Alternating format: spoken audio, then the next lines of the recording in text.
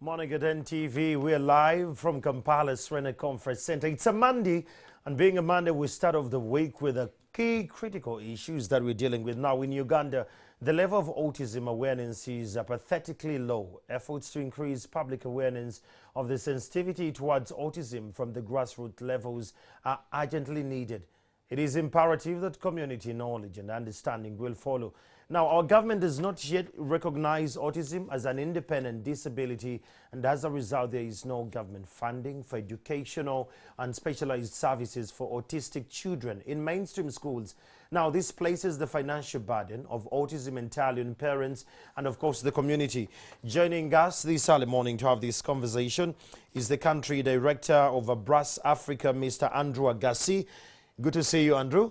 Thank you for having us here. And we are having Dorothy Nambi at Donor Center Home for Autism, the Executive Director. All right, I will start with you, Donna. You've worked with many communities with regards to autism. What are some of the key things you've seen the communities totally fail to understand with regards to autism? Well, first of all, I would actually appreciate Andrew for this opportunity. And for me, when it comes to autism, I'm like, wow.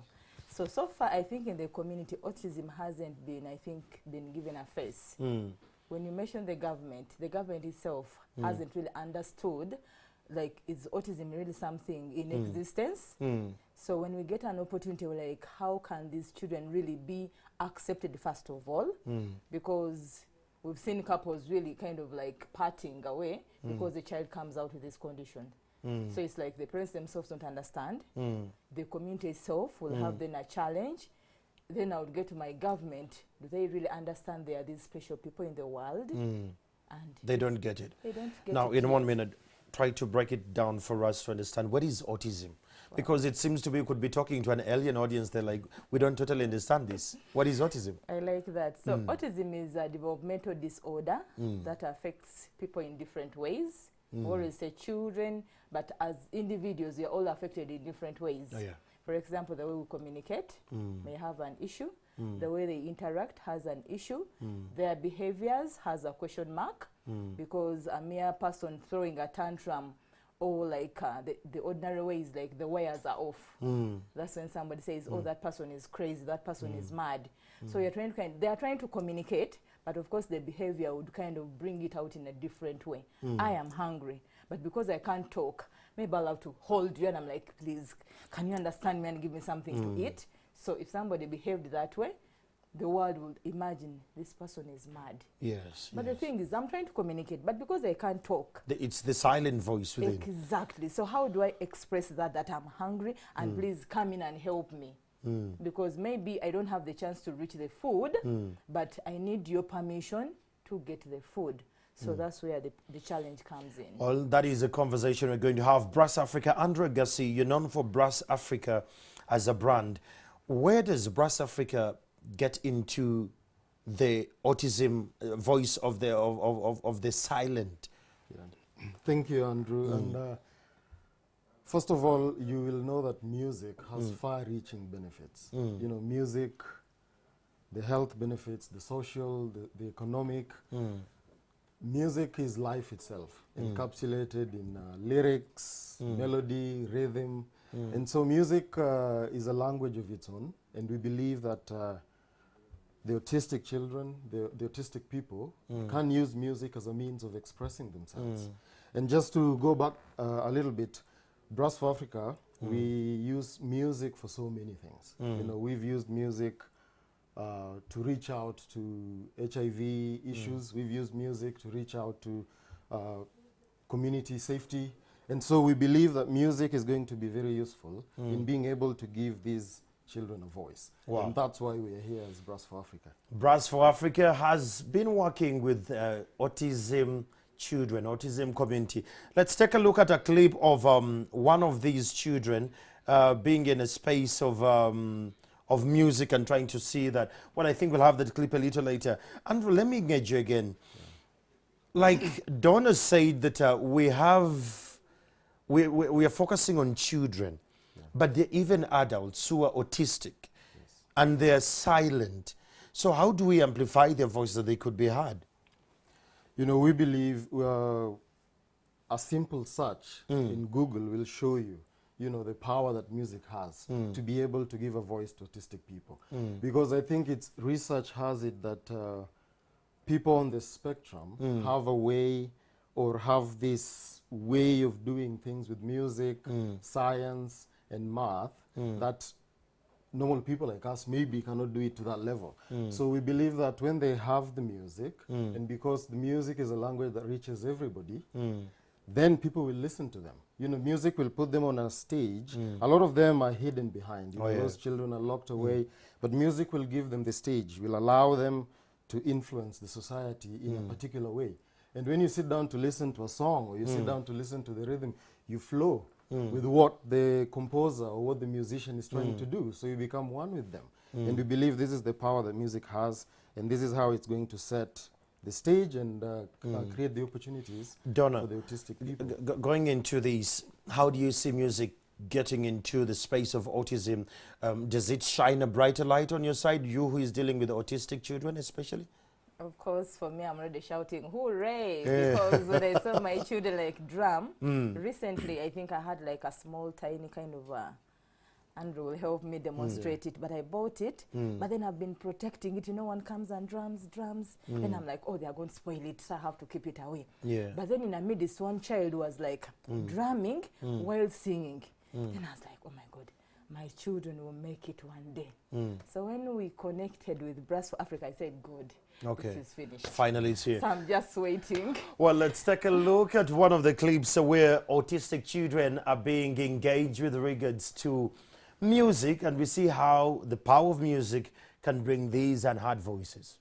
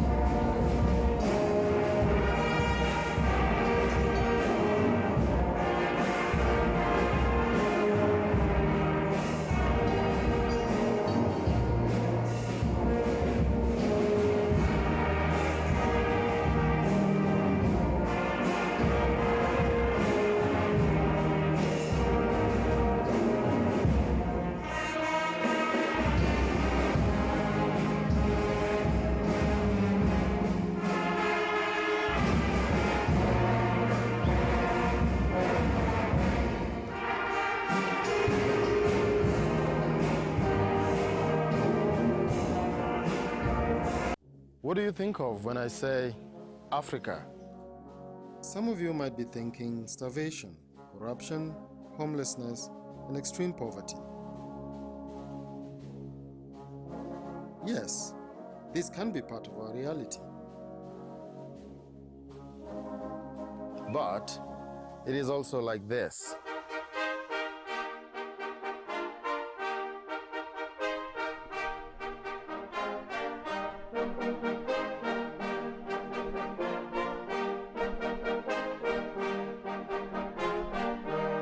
Here at Brass for Africa, we work with over 1,000 children and young people every week in partnership with over 30 community programs across Uganda, Rwanda, and Liberia.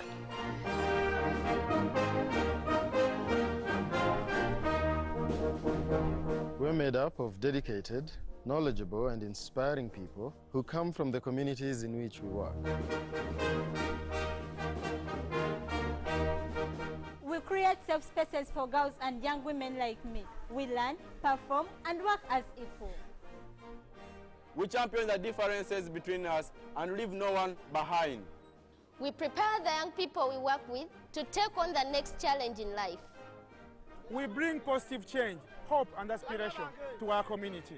Music is life. Music has the power to do all kinds of things. The power to engage, inspire, heal, educate, transform, and save lives. So, what do you think about Africa now?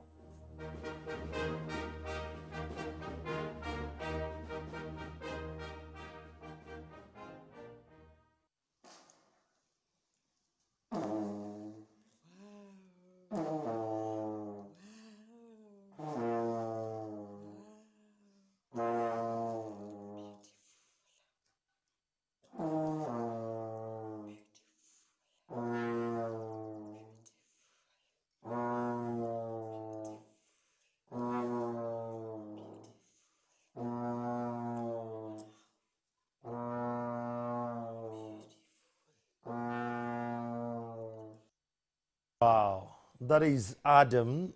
He's autistic, but he was trying to play a trumpet. If it's baritone. a baritone. If it should be, it's a conversation about how music can actually play a key role to change our community and our own perspectives about autism. Well, Andrew, try to engage me about the first clip. Yes. I saw a whole team all there, and then we had another clip of you in Liberia and the likes. But let's look at the first clip that played. There was so many children. It was the whole band. What was it about? You know, first of all, that's what I was saying. Music brings people together. So that clip is a partnership we have with a school called Tender Talents Magnet School. And we had brought a group of young children and girls from a girls foundation in Katwe. And that was sponsored by PEPFAR, you know, from the American Embassy. And that was part of our great awareness around HIV and AIDS, you know, stigma reduction. So those are some of the things that we've used music to do. And just to tell you, Andrew, we have a lot of work to do, by the way, even as a community. Africa. Because people still don't know. You know, I've had people who've gone online and challenged when we say that music has these benefits. And I would want to challenge them and say, you know, when you send your daughter to school or your child to school at 2 years or 3 years, what's the first thing they do? They sing. All they'll be doing is singing. So music and the singing actually is the foundation of knowledge. You know? And so when people say, you know, you don't know what you're talking about, when you say music creates leaders, music brings self-confidence, this is exactly what we're saying. Well, Donald, let's look at, rather Dorothy, let's look at Adam. What did it mean to you when you saw Adam play that instrument? And he was very passionate about it, and he's autistic. Wow, as an individual, at times, actually, I got a bit emotional because when the world says they are mad, they can't do anything, and then I saw Adam follow my instruction because I told him, go like this. So they came and taught us the sound that you have to actually produce out, and then you can produce something from that instrument. So I told Adam, go like this, you know. Then he listened to me, and then he went the same. I was like, this is finished. I'm like, so. I can understand the feeling there. Dorothy, you've dealt with quite great challenges, especially with the people living with autism. What are some of the biggest challenges you've seen in our communities that we need to demystify? I think the first one is the negative attitude from the community, as in when people say, these persons can never perform, I think, in any way. You know, when you're non-performer, then you're put behind, you're locked behind. There is that kind of like, can I say, you're in a bracket. You're nothing. That is the first thing I would like kind of say, it is so bad. And I'm like, how can we really fight it? When we get an opportunity like this, I'm like, the struggle has started. How best can we change, especially the cultural attitude towards people with autism? Because I think the biggest gap is the culture that our communities have totally failed to understand, or awareness campaigns are not so critical on ground. So what should we do to change this perception? What should government do for starters? I think for me, actually, what I would say as an individual is like, how can the government come down maybe to, first of all, in our community, where the child comes from, because it starts from you, the father. You're together with your wife, the child comes out like this with a question mark, you kind of blame the mother. It is on your side. For us on our side, we don't give birth to such children. Then the other, maybe you did something. Your riches are all in that child. So bad. But if we kind of get an opportunity to kind of show the world that this student can do something, then that negative attitude will then come down. But of course the challenges are like when it comes to resources, that is the biggest. You know, everything is like, you know, continue down with money. Yeah. The parents themselves are like, you don't have school fees for this person to even go to a learning institution. That is the first one. And you're like, how can they really have that kind of a positive attitude that they deserve when they're to not be taken in to school? Okay? So if we kind of like prove to the society that they are worthy, then I think the stigma will come down. Maybe government will now try to put policies as well that there are these individuals who also deserve, because I happened to meet the speaker. Then when I went, she was like, what is autism? Wow. It's like, maybe she doesn't know. I went to the Minister for Education, that is the primary education one. Then she was like, what is autism? And I said, oh. Then when I went to my mayor, autism, the mayor said, I thought autism was like a spice. I said, so people do not understand what autism is, so we still have a big way to go. Does it, all those interactions you had with all those big shots, did it in one way or the other hit you so hard that the leaders are detached from the reality on the ground? Of course, when somebody tells me, what is autism? I'm like, oh, they don't know. That puts me down. And I'm like, so how about the children who are out there in our community, whom maybe the caretakers are even still hiding, because one would say, oh, Andrew, you're rich, so you have that kind of a child, you did something and everything is in that child. Okay. You know, that kind of a stigma. Mentality. It is so bad. And you know, when they come out to say, these are children of rich people.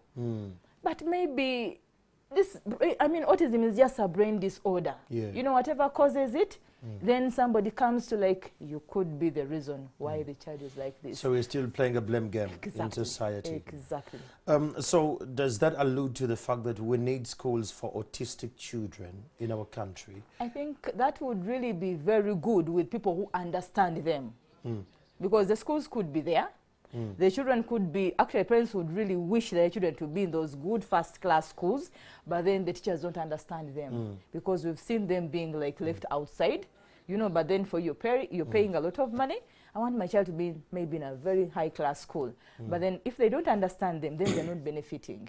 They will keep the whole day in the compound. They will be given a corner somewhere in a class.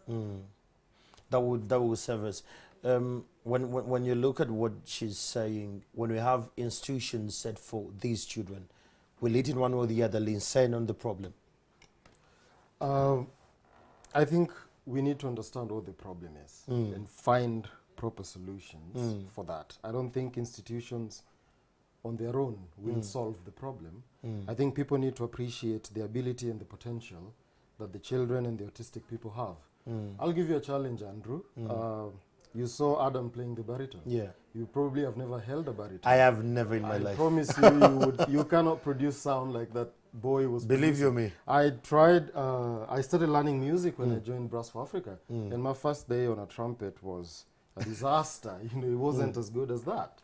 That's evidence that these children can do something. And that is why we are here. And that is why we partner with organizations like Donor Center. We've been able to solve so many issues working through partnerships because we understand our music. We have created a curriculum. We've created a system. We have provided the instruments. And so I think by strengthening these partnerships, by being able to take the opportunity to demonstrate that it doesn't matter whether they are girls in a slum somewhere in Omongo, whether they're autistic children. I think the institutions are good to deal with other issues, but our approach with the music is personal transformation. If you change someone from within, then they can go anywhere and they can achieve everything. That is Andrew Agassi. Well, that is CEO, or the Executive Director of Brass Africa, Uganda. There is a current event going on in Katwe. A church is being brought down, and there is some little bit of chaos down there. My colleague Mbide happens to be on site. Mbide, can you paint for us a picture what's on ground? Yes, good morning to you, Andrew Chamagelo. It's not a good morning for the people of NDEEBA here in Lubaga division, because right here the Christians and residents of this place have woken up in shock after seeing their church, that is St. Peter's Church of Uganda, that was demolished from last night. It is said that around 11 p.m. last night, graders were brought in here and they started putting down this structure that has been here for many years, and residents already here are up in arms. They are contesting the development of this place, and at least some of the youngsters here are also trying to get some scrap from what was left from this building here, and police has been deployed here heavily try to contain the situation, because residents here we are beginning to show this dissatisfaction, disappointment and anger over what happened here last evening around 11 p.m. But this structure here that belongs to Church of Uganda, I'm told that those who demolished this building are aimed at trying to make sure they construct here a shopping mall, which residents here and the shoppers here, rather residents and the business community, and as well as the Christians, are not ready to take in. Ekisinza okunuma kwe kuddira kyaki ekyaki emaze emyaka n'emyaka eyakuza bakitaffe ne bajjajjaffe bonna n'ogiteeka ku ttaka ng'oli munnayuganda. Mwenye bagitadde ku ttaka? Yes, mbamanyi, kubanga nze nagenda okulaba abakayanira wano nga mukulu Dodo kwali omugagga Dodo Viko. Yes. Kino kikolwa kibi nnyo era n'ensi yonna ekiri ekivumiridde. Twasobola kujjawo Katonda waffe we tukuŋŋaanira, owulidde n'abanga bakijja bagamba nti poliisi ekuuma abantu baffe, okiwulira. Essaawa eno bagimenye ate nga poliisi ekuuma ki ebintu byaffe n'abantu, owulidde. Kati essaawa eno bagimenye bagamba nti bagenda kubeerawo bakuume, owulidde, ebintu paka ebiriddamu. Essaawa eno bo babinyimenye, bo bantu ki eno kyaki aba banna abaliwo basanzeewo eno kyaki. Baani b'ogamba bagimenye abo? Abagimenya Dodo, owulidde, ye yagimenye, be bagimenyesezza n'abasirikale be byeyo gavumenti. Kati awo tuyinza tutya okugamba nti ki wano Betikamya yajja n'abeerawo n'atugamba nti ki. Okay, let me show you across the other side. The police officers are on the other side trying to guard against any vandalism of this place. But of course, this structure was brought down in the night, and officers here they are not ready to speak on camera, but at least they are guarding here so that these residents do not cause any commotion, any protests, and many people here are trying to show dissatisfaction over what took place here. Let me try to approach these police officers to let me know why they are going ahead and seeing this demolition going on here as residents are getting out of order. They are showing dissatisfaction. What took place here? We want to understand who is in charge of this operation here. Good morning, Afande. Afande, good morning to you. They are just walking away and they are not ready to speak to me on camera. But let me speak to some of the gentlemen here to let me know what exactly took place here last night as this building was brought down, and maybe they may be knowing what exactly took place and what is going to happen here at St. Peter's Church in NDEEBA. Let me get closer to these people. Okay. Bakulu mwase muteba sebo. Lonji sebo. Nsaba kumanya kiki ekyabadde wano ekiro. Era okumenya kanisa eno kwatanisa sanga mmeka. Tuli mu mbeera ya kiyongobero nnyo. Amanya nze Mpima Jamiru Ssennoga mupyaddako wa Lubaga South Constituency. Twatandise okukuba amasimu ku ssaawa nga 3 ez'ekiro. Ssaawa 2:03 ne tunakubiridde Osi wa NDEEBA Afande Mugira.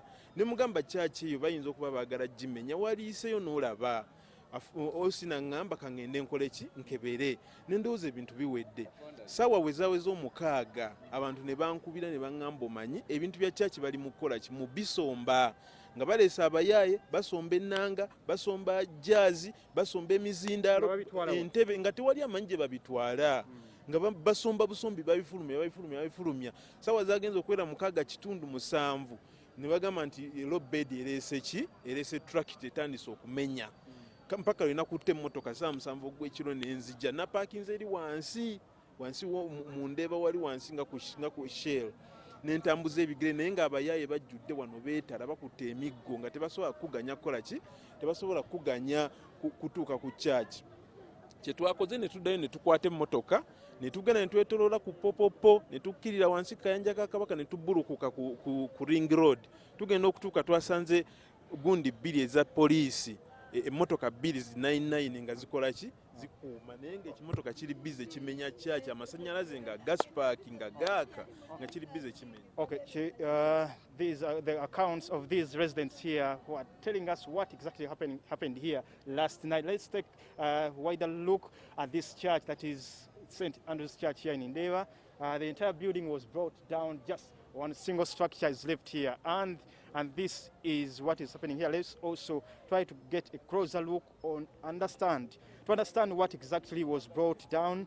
At least it's only the entrance that was left here, but the entire building that has been here for quite some time is already down for now. And many residents here, many worshippers, many Christians are already showing dissatisfaction for what happened here last night. We are yet to understand, but many of them are claiming that the businessman, that is Dodo Vico, is behind this the bringing down of this building. We are yet to understand who exactly is behind this. We are waiting also for the Church of Uganda and also KCCA, that is Kampala Capital City Authority, because I'm told the residents who already petitioned and their area MP, they petitioned the KCCA to at least oppose the bringing down or demolition of this church, but finally it has been brought down. This wrangle or conflict has been on from as early as January this year, as residents have been trying to stop the demolition of this church, but finally it has been brought down. This is the entire structure that was brought down last night, and we are still here in NDEEBA, Lubaga South. Yeah. This side, the police is also trying to send away the residents, the people here who are trying to oppose the demolition. This is Morning at 10 TV. I'm going to be taking you back to studio for Andrew Chamagero. Kadi muvaya mujja muleta oba muleta majja mugaleta mutukube bamuli bantu abamulina amanyi manyi mutukube. Well, that is my colleague Stephen Mbide on the ground in NDEEBA. We'll keep tabs on that story as and when more developments come through. Well, we're still on site with Andre Gassi from Brass Africa, and we have Dorothy Nambi from Donor Center for Center Home for Autism.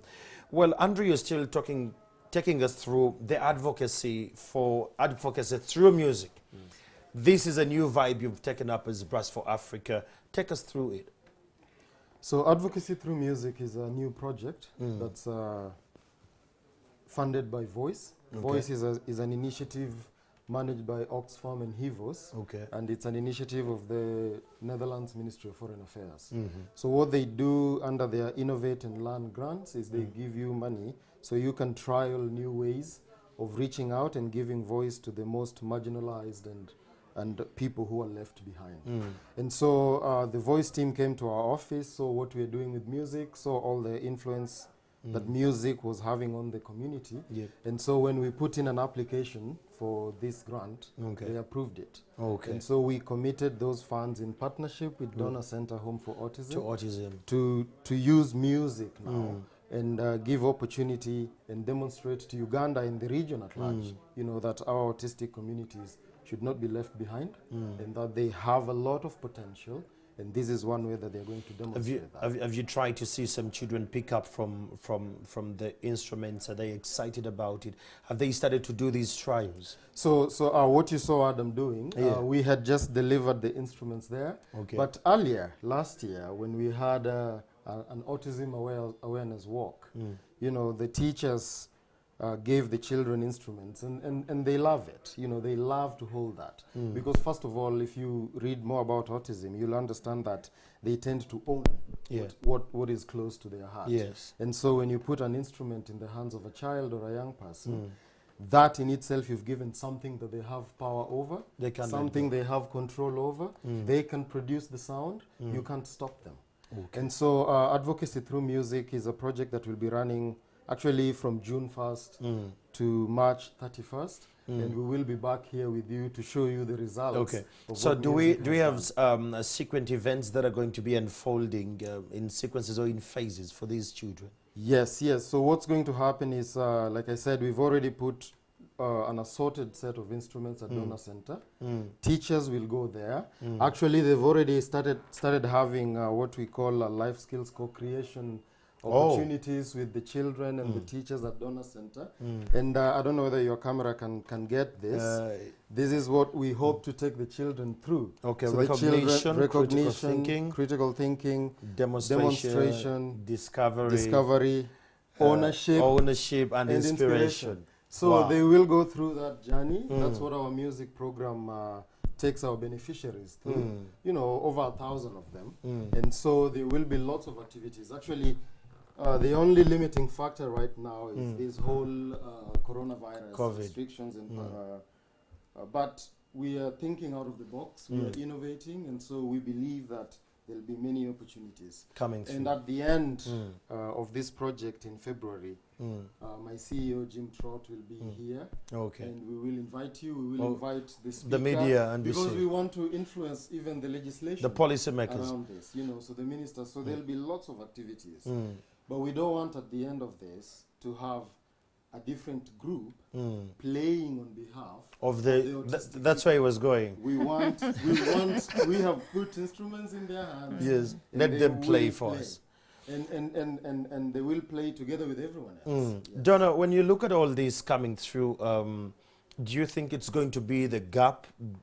Yeah, it's going to be the bridge between the gap between the legislators and the real advocates on the ground like you for autism? Wow, I think the statement is, how will it bring us closer? You've seen like a musician on stage. Yeah. Everybody would want to kind of like come in and like watch. So I kind of just imagine when my children are on stage, I think everyone would like want to come and see, is this really by the autistic people? Yeah. And I do believe I'm just... You're just anxious, you just can't wait to see that. I need to work out. Through this project, where do you see the conversation of autism in our communities in Uganda going? I think this is the first of its kind. Okay.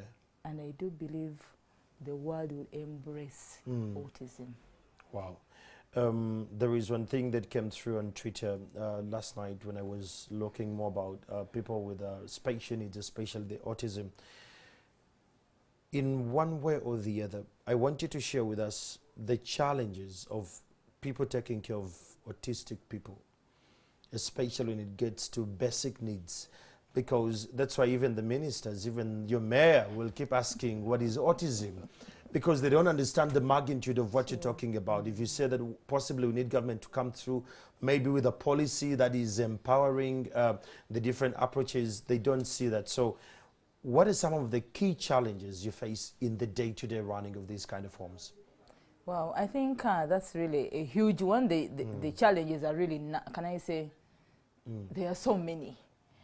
Currently, as we say, like autistic centers or schools are very few. Individuals who are into this kind of a calling, we are also still the minority.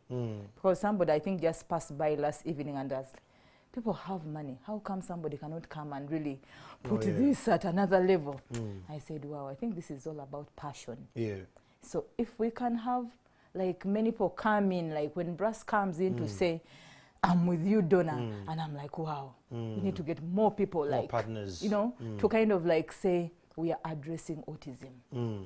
If we get people like you to come and say, come on to NTV and talk about autism, like, we are going to empower them. When we get like organizations like Voice to kind of say, oh, let us sponsor this kind of like so the marginalized group. It's about inclusion from all angles. Exactly. So the challenges are just in there, that if maybe we can just kind of like come around that, then the world will understand and they will not be hidden anymore. Wow. Oh, there you have it. It's a conversation we have had. Thank you so much, Dorothy Nambi from Donor Center, Donor Home for Autism, and Andrea Gassi from Brass Africa. Thank you so much for those who have been online and part of this conversation. This conversation will go on online. Follow Brass Africa and follow Donor Center Home for Autism to get to know about autism. But you and I need to play a key role. You have to be in the space where autism is, and we make sure that we create the awareness we need. And leaders, get involved about this. It's not something to do with culture. It is something that is scientific, that can be explained by the medical practitioners. So thank you so much for spending some time, and you come to share with us. Now, on Saturday, government relieved the Uganda Wildlife Conservation Education Center to be open to